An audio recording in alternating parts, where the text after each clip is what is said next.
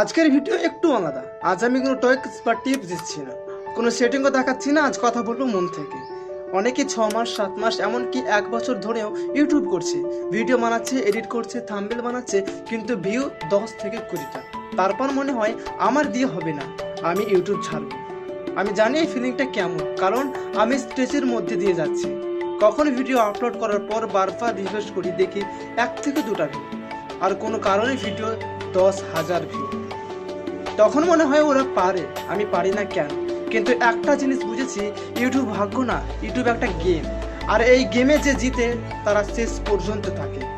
80% মানুষ 6 মাসের মধ্যে ছেড়ে দেয়, আর তুমি যদি আর 3 মাস ধরে থাকো, তুমি ইতিমধ্যেই অনেক থেকে এগিয়ে। এখন আসল কথা, ভিউ আসছে না কেন? প্রথম কারণ, তোমার থাম্বনেল দুর্বল।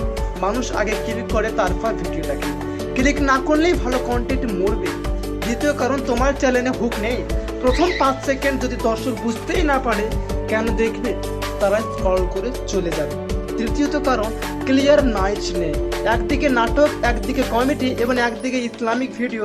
তখন মানুষ বুঝতেই পারে না তুমি কাকে টার্গেট নিয়ে ভিডিও করছো। আর সবচেয়ে বড় কারণ, আমরা খুব তাড়াতাড়ি রেজাল্ট চাই, কিন্তু ইউটিউব ধৈর্যের খেলা। তুমি আজ যে ভিডিও দিচ্ছ তার রেজাল্ট 2 মাস পরেও আসতে পারে। তাই এখন কি করবে, একটা নির্দিষ্ট টপিক ধরো, 30 দিন ধরুন তারকা পাইবের ভিডিও দাও। প্রতিটা ভিডিও আগে থেকে একটু ভালো বানাও, শর্টস বানাও করে নতুন অডিয়েন্স আনার জন্য। আর একটা কথা মনে রাখো, ভিউ কম মানে তুমি খারাপ না, ভিউ কম মানে তোমার কন্টেন্ট এখনো ঠিক অডিয়েন্সের কাছে পৌঁছবে। একদিন যদি 100 ভিউ আসে, সব কষ্টে সার্থক লাগবে।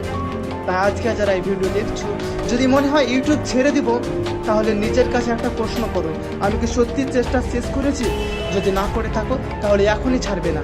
কমেন্টে লিখো, আমি হাল ছাড়বো না। আর যদি তোমার মতো 6 থেকে 7 মাস ধরে লড়াই করো, তাহলে জানো তুমি একা না, আমরা একসাথে লড়বো। আশা করি তুমি খুব সুন্দরভাবে বুঝতে পেরেছো।